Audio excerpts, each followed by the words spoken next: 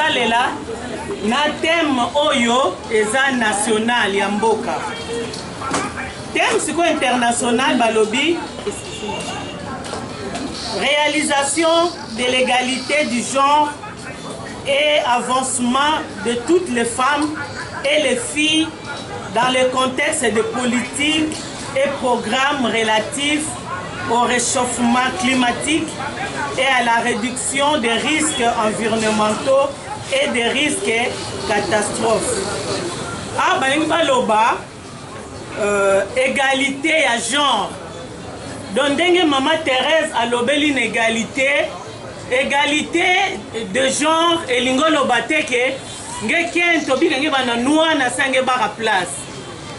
Non, toko nuana na mutu, n'est-ce pas? C'est la méritocratie. Donc yomoko ozuba valeur ezakati na yo obimisi yango po ezala utile na société. Mais siko ya balobi égalité siko ya awa ya bureau te po bambule leki tolobelaki pe ya bureau. Awa siko yo égalité ngeta là-bas. Mais pas de la quoi. Voilà ne suite. Égalité oyo eza na makambo biso nyonso tozomona mikolo eza réchauffement climatique. Donc biso nyonso toremarquer milunge en tout moment milunge air bon ventilateur comme on fait sa moto makambo ezosimba te bato oyo balona bilanga neti nga bayebi ke mbulo oyo tobuki bien te onani.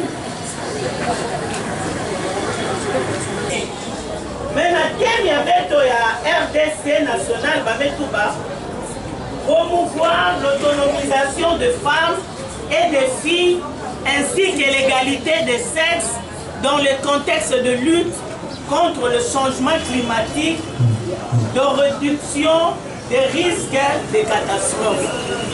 Awa bazwika na thème ya munene babimisi ya mukie kotombola promouvoir kotombola autonomisation bon na kikongo kameza ya kipwanza hein l'autonomisation kipwanza ya kento na mwana kento parce que souvent on devient femme pendant na mwana melanga bango nyonso soki tokota na internet il faut ko betango origine ya Wimax okotanga ngo nyonso biso toloba mingi te parce que on doit donner la parole à tout le monde.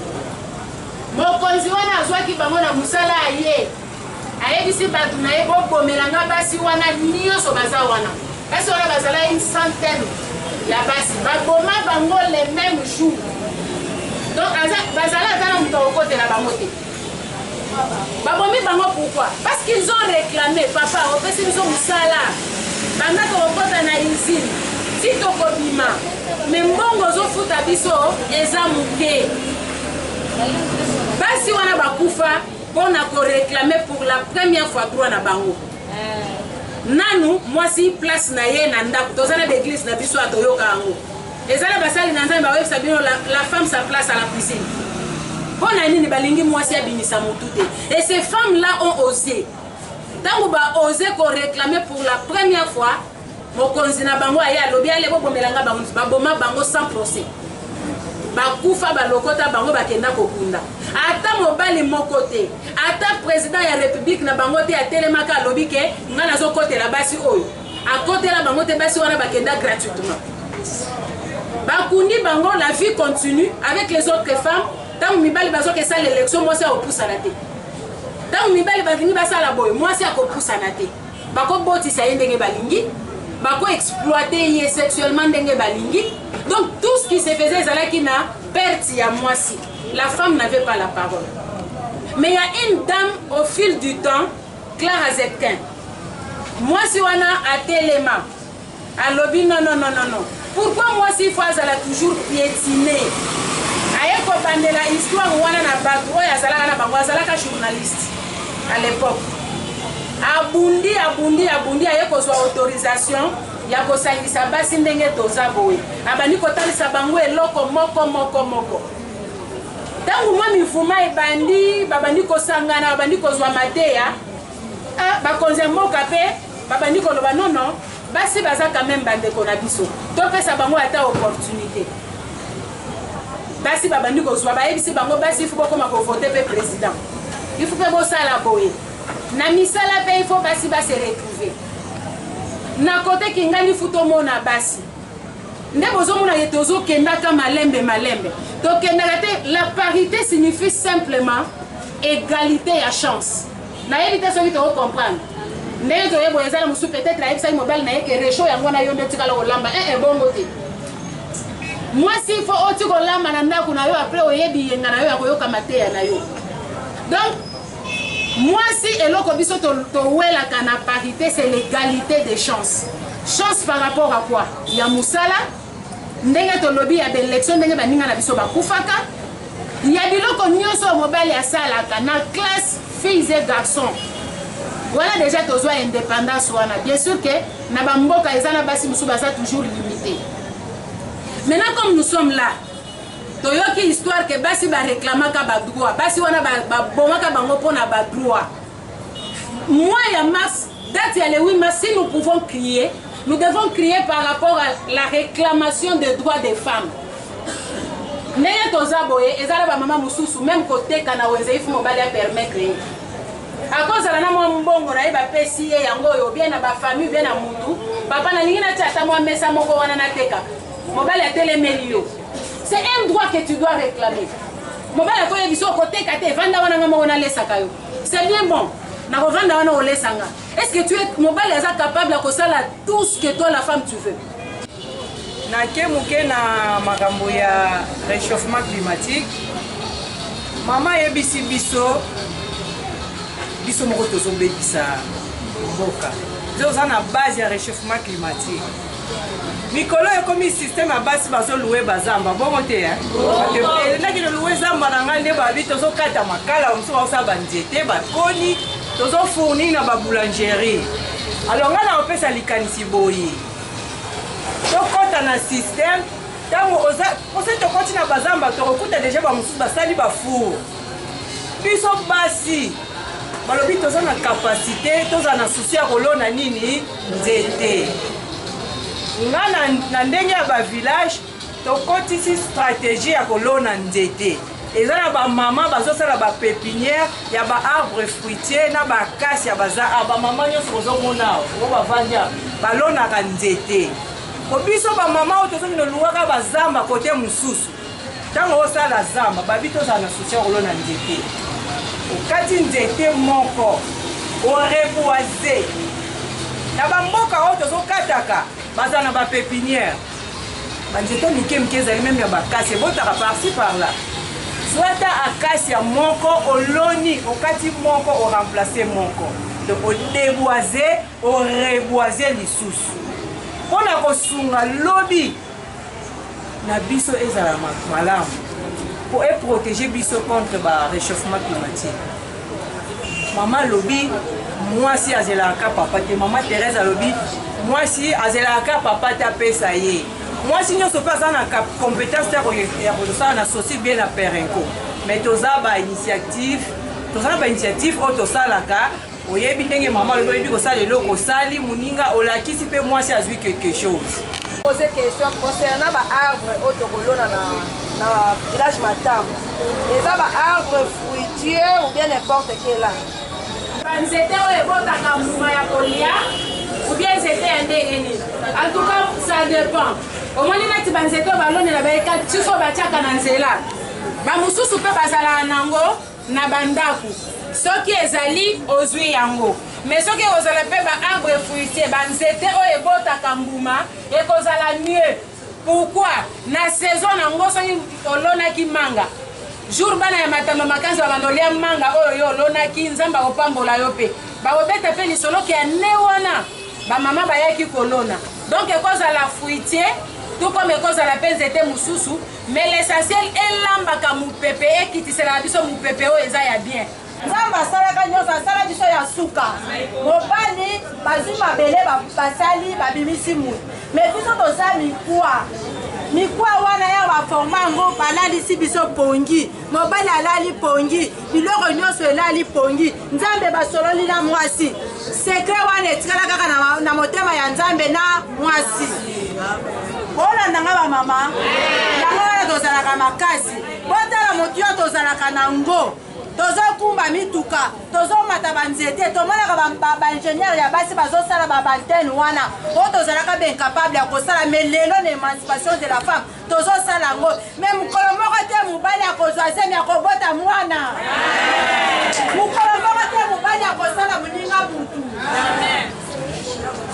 lelo tala ndenge toza awa toprevoyaki defile mais naki motema mabe ya mibali nakobanga wana mposaka bayebi ke ntango tozobunda letumbo toza nango ya parité ya égalité de sexe kobanga wana bazomonake deke la femme arrive là-bas mokili ekobonga tokozwaka nsima yango bazotelemela biso.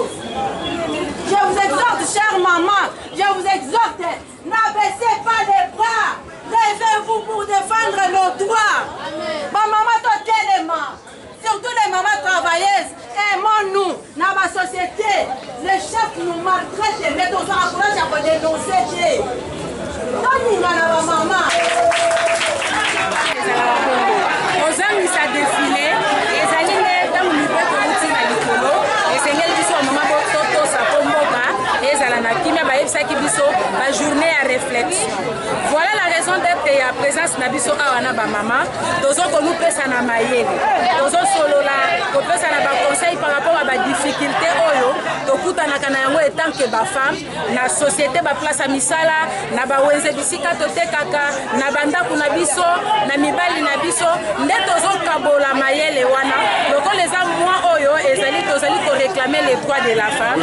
Alors ezala basi mosusu bayebaka pete le 8 mars yango nini yango toyebisi bango eza mpona déclaration ya mois de la femme ya badroit de la femme yango bokuti biso toza kokabola mayele na ambiance oyo bokuti ayo nyonso bakolanda biso na information na bisika nyonso bamama mois de mars ezalaka ka défilé te mois de mars ezali puta oyo nalati te mois de mars ezali mois oyo mwasi il faut a réclamer badroit na ye oyo baviolaka na bavoisin na biso koréclamer droit c'est pas la guerre c'est pas la bagarre eza ke bovandi oyo eza ya yo ata mobali aza ndenge nini c'est pas pardon pour l'amour du ciel c'est mon droit je dois en bénéficier donc moyen violer yango eza te donc tozo réclamer badroit mais tozosala te ke biso na batata tokoma motu moko sur les plans pratiques ya parité eza badroit par rapport ya mosala ya vie na biso nyonso oyo eza yanga kosimba naza mwana mwanda naza moko parmi leader ya mwanda bafemme ya leader pour le développement naza na kati ya fondation mofulu bon kolongola défilé yango te esali ke feti eza te feti na biso elekili eza journée na biso bamama oyo tosangani mpona réflexion tosali bapartage défilé elongwa ezala ekolongola biso eloo te parce que oyo topartage awa parmi biso epesi biso quand même quelque chose bamama ebele baza bautaki mboka bazali bamama ya cellule fondation mvulu bauti bamboka bakinkasi tozali na bango awa toza na badifférence structure na kati ya mwanda oyo toravaka na bango dans l'ensemble eleki bien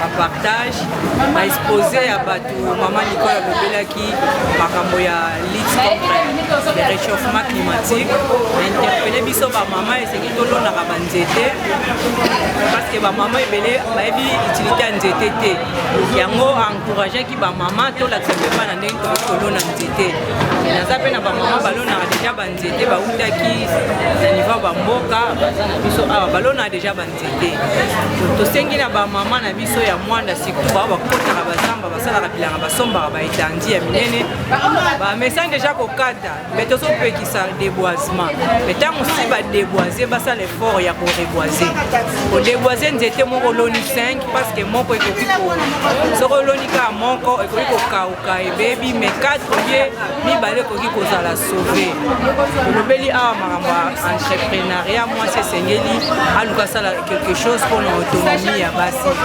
tozovivre misala eza te mibali bazodébrouiller tant que toza basi balobi ke mwasi aza aide semblable donc esengi toporte quelque chose na oyo tozozwa mwasi oyo aza na compétence ya kosala na société baentreprise bazalaki awa basalaka nakanti bomoni nyonso euti koleka awa vraiment tosepeli nasuka mpe topartage mwa lipa na biso mai oyo topesaki quand même bacotisation tolakisi bref ke bamama mpe bapesaka quelque chose mpona feti na bango kwa vele nano secret ya makasi te mais bientôt bokozala surpris tokobengisa bino surprise moko ya bien oyo tokoetale nyonso oyo tosalaka mais pour ton information na kati ya lutte contre le réchauffement climatique tozali tozocontribue déjà voilà pourquoi soki mpo oluki nzete oza na mposa osomba nzete meme baarbre fruitier basi bamama baza capable bazosala banzete mama oza na banzete na mboka n'est-ce pas oza na banzete nini oza na banzete oyo almeti oza na banzete ya malala eza na basafu manga avocat